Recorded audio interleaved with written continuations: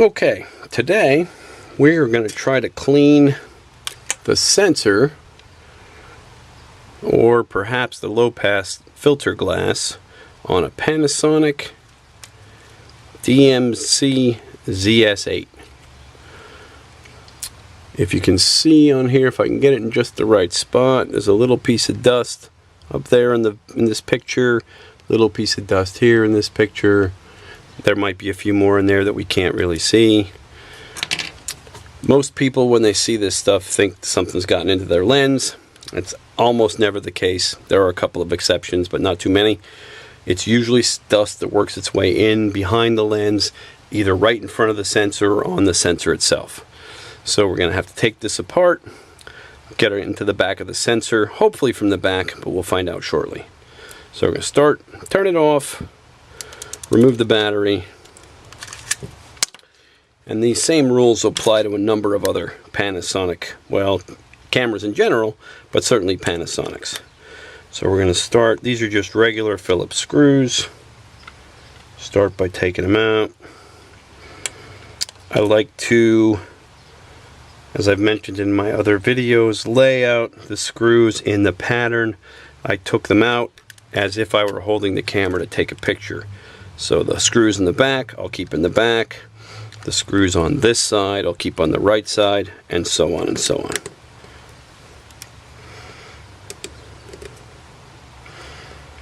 So first we want to open this back shell, which I don't think should be too tough to get into. I don't remember doing one of these before.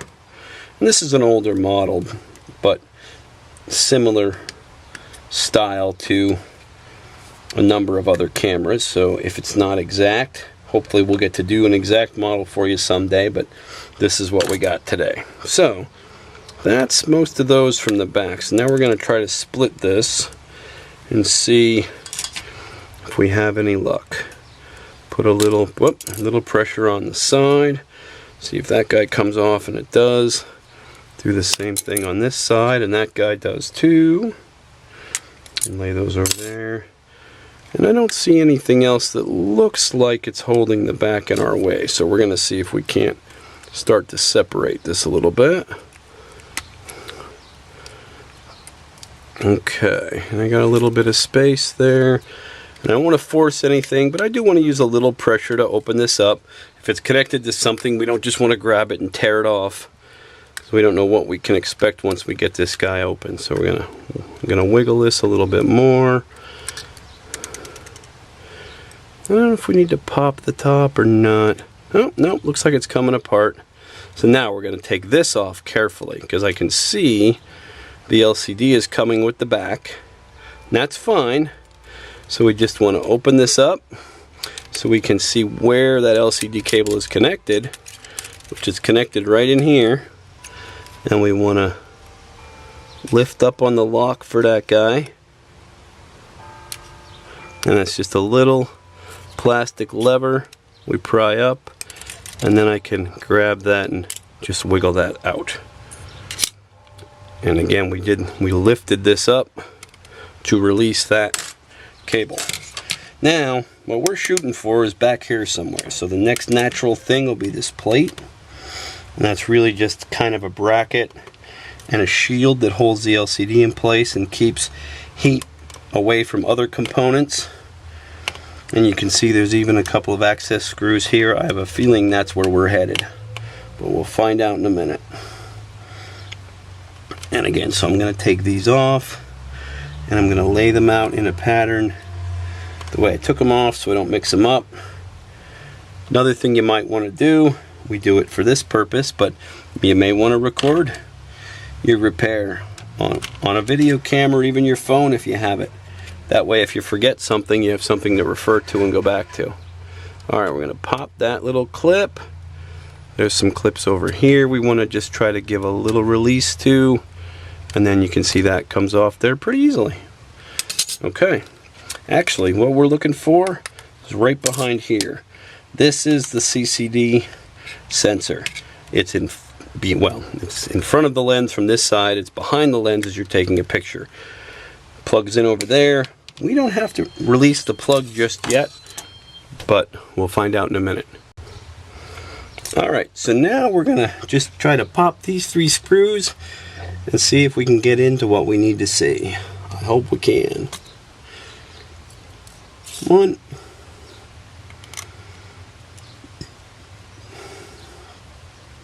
2. Now as you're lifting this out, you may need to give a little bit of pressure because they kind of fit firmly in there.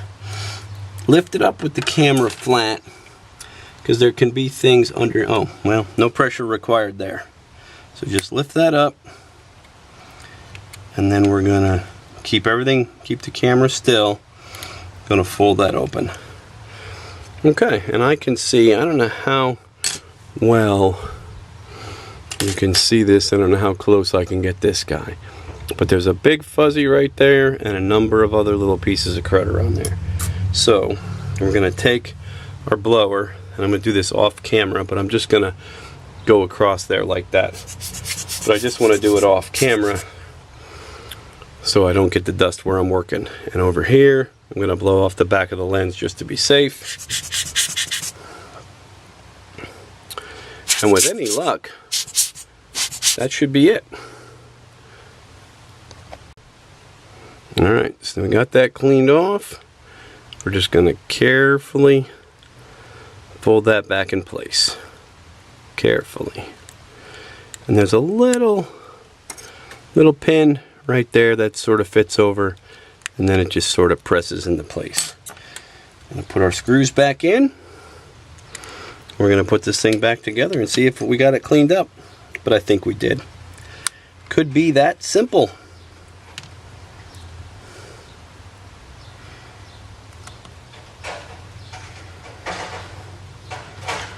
And for those who haven't seen my other videos, I keep my screwdriver magnetized. I just keep a little household magnet nearby. When it gets weak, I just run the magnet across it like this. Just enough to keep that so I don't have to worry about picking up those tiny little screws. Now we want to put the LCD plate back on. We want to be cautious with this guy. We want to line that up right. Get these little clips to fit where they're supposed to. Those holes should line up with the screw holes. Same thing on that side. It doesn't really require much in the way of pressure, but a little squeeze to drop that in. I'm going to put this down a little bit easier here. Put our screws back in, and again, just the way I laid them out. You don't have to do it in the exact reverse order, just sort of a habit I try to follow, so I'm less likely to forget something and screw something up.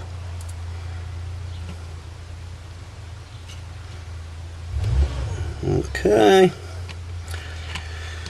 Alright, now first thing we got to do is reconnect this guy.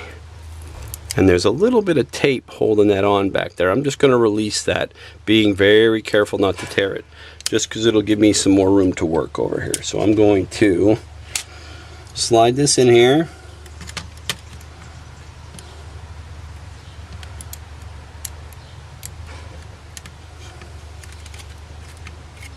And hold that down with one finger and fold that lever back down flat. Now before I put all my screws back in, I'm going to line this up. I'm going to get these where they go on that side. Hopefully get these where they go on that side.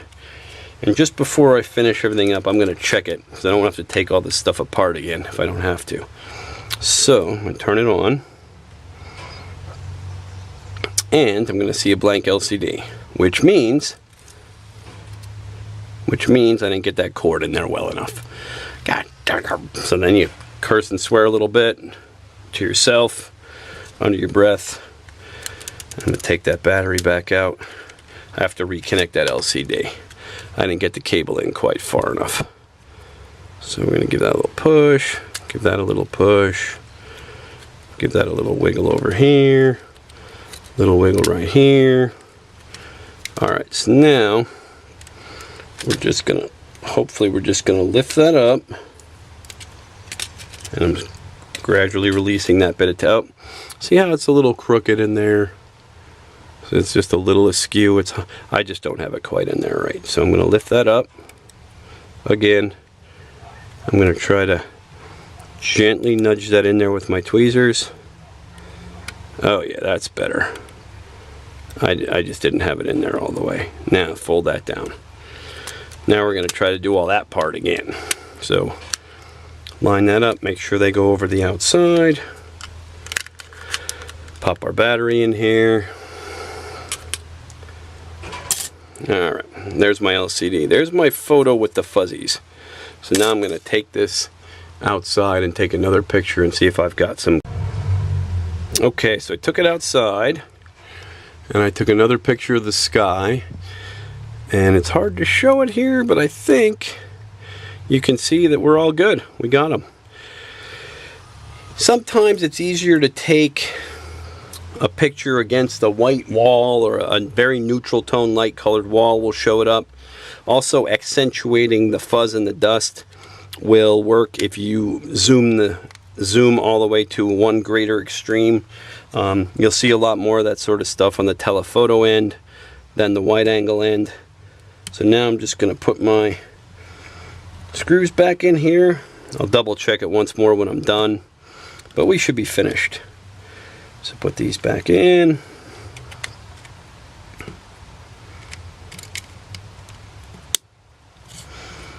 Okay, couple more screws. And these same rules apply to a number of other point and shoot cameras. You just got to get into where the sensor is. Sometimes you have to take the whole lens out. It's kind of annoying. But in many cases you can just get that right from the back.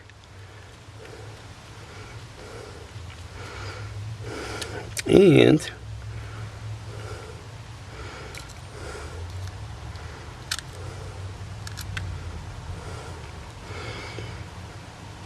okay. Now I just grab a microfiber cloth and kind of polish everything up, get my greasy Italian fingerprints off this thing. Plus we're in Pennsylvania and it's probably 95 degrees out today, so surprise, it's a little toasty around here too. Alright, turn it back on, double check, make sure everything works, make sure my zoom works. See, and even you can zoom the zoom out. You get it pointed at a flat, neutral spot. Now it's out of focus, but that doesn't matter because we're trying to check for fuzzies. So they would be on the CCD, on the sensor, so it wouldn't matter if our lens was focused or not. Alright, we're looking good. We got it. That's how you do a CCD cleaning on a Panasonic ZS8, and similar function to a lot of other models. Hope it helps somebody. If you have some constructive criticism that's not an insult, please let me know. Thanks for checking us out. Hope we can help you do something in the future.